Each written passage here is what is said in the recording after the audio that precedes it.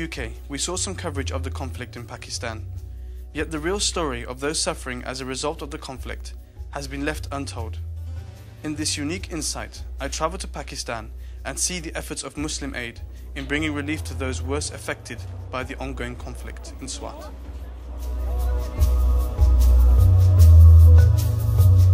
Working for Muslim Aid myself, I had a responsibility to see the aid that was being provided. This was also a personal journey for myself.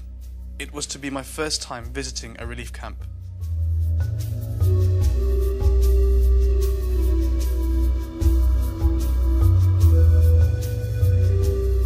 A month ago, you may have heard stories about the refugee crisis in Pakistan.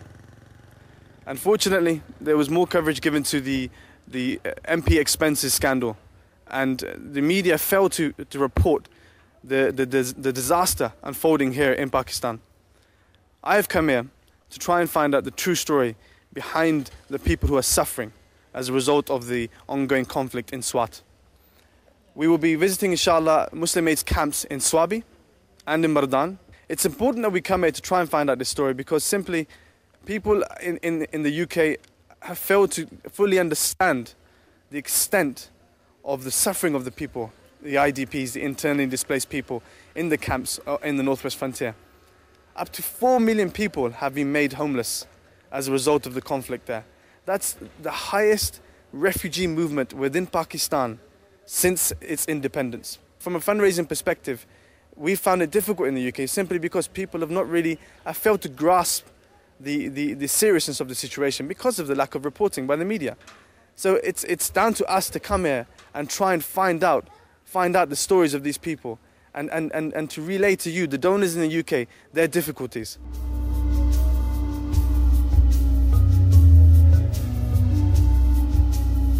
First visit was to one of the IDP camps in Swabi.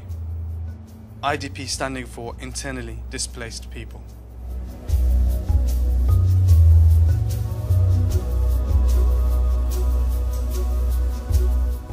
This is Muslim Aid's Aman camp, home to over 2,000 internally displaced people from the regions of Swat, Dir and Bunir.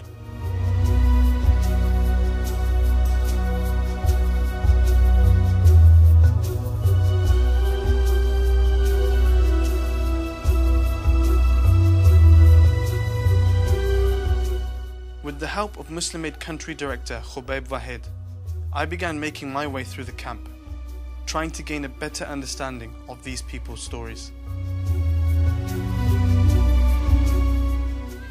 The issue of these IDPs began when the military started operations in Swat, Malakand and Dir areas, and also in the Bunair area. And the people, the residents, the civilians, they were saying that the most important, the most problematic thing was for them that the government has not given them the proper time for to escape from the shelling areas to the safer places. And unfortunately, a lot of civilians they died there, and also a big number of people they escaped from their hometowns, from their homes, and even they were not in a position to even secure their valuables, and they left with just empty pockets and with few eatable items. So when they escaped from those areas and they were in search of shelter, that was the biggest issue. And they were in search of proper living area, and a lot of people, they came on foot for a long distances, and it was the major issue for them. And Muslim Aid took this initiative to give them proper shelter and to reside them with their families. And we are in this Aman camp. Aman means peace. So Muslim Aid named this camp as an Aman camp, as a peace camp, and here residing more than 2,000 people. As Khubayb mentioned, these people have not received support and have been left to fend for themselves. Muslim Aid's Aman camp has taken in those who have been in desperate need.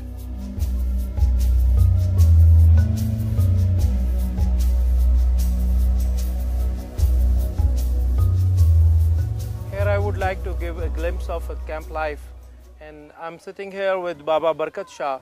Let me ask him that he is from where. Baba, आप कहाँ से आए हैं? मैं बुनेर बाजकटे से. Okay, so he is from Buner बाजकटे. Ji. And क्यों आए, आपको यहाँ किस लिए आना पड़ा? मैं इसलिए आया था कि वहाँ बमबारी हो रहा था, हेलीकॉप्टर आता था, जहाज़ आ रहा था तालिबान साहिबानों के पीछे, और हम मजबूर होकर आ गए यहाँ, और यहाँ टेंटों में अपना सर बचाने के और छुपाने के लिए जो है ना अमन कैम्प में पहुँच गए. So Baba Barkat Shah is saying that he came here from Bunair, and due to this shelling by the militants, and now they are here facing a lot of trouble in this camp life. There is a hot temperature, as you can see perspiration on my face, like it is like 47 plus today. बाबा, आप यहाँ पर रात को आराम से सो सकते हैं, कोई मुश्किल तो नहीं? बिल्कुल ऐसे आराम से सो सकते हैं. 8-9 चौकीदार जो है इस कैंपों में चारों तरफ घूमते रहते और सीटियाँ बजाते हैं, और हम लोग अपना आराम सुकून से पड़ा हुआ है. He is thankful to the camp management. He is saying that the camp management has provided good security services, and a lot of volunteer security guards from each row of the camps. They are performing the duties, and they can sleep, have a good sleep at night. And the camp life they are facing here, it is one of a very unique experience of their life.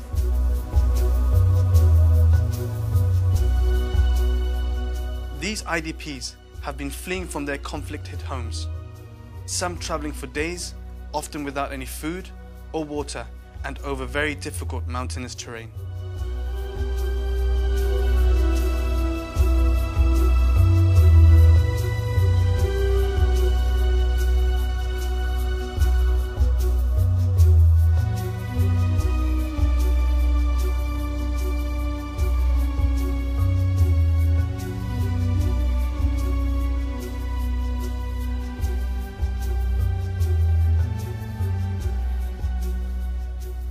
Behind you, we have a new school which is just opened today. It's perfect timing, alhamdulillah. This school houses 300 children, and then you have a skills development center behind there. So both of these buildings here house 300 students altogether. With me, we have Brother Amjad, who is camp manager of Aman Camp. Brother Amjad, so today the school is open today. What type of syllabus is it teaching? Yes. This is the same the textbook board, the text is and curriculum. The government textbook board of NWFP from the education department, they have already the same mandate, and we have selected the same curriculum. And look at these buildings. I mean, I come from a school in the UK, and you know we have about 500 students there, and the buildings are about 10 to 15 times bigger than these buildings here. And it's amazing that just these two small buildings house 300 students. I mean, there is a need for more space. Unfortunately, for the lack of resources, this is at the moment all we can do. But this is something which is, mashallah, very, very good for the young people here in the camp. Here, quite clearly, you can see the different classrooms. You have the blackboards. It's a normal classroom situation. Obviously, the kids here sit on the floor rather than on any desks. And you have how many is there? 1, 2, 5 classrooms here? Yes.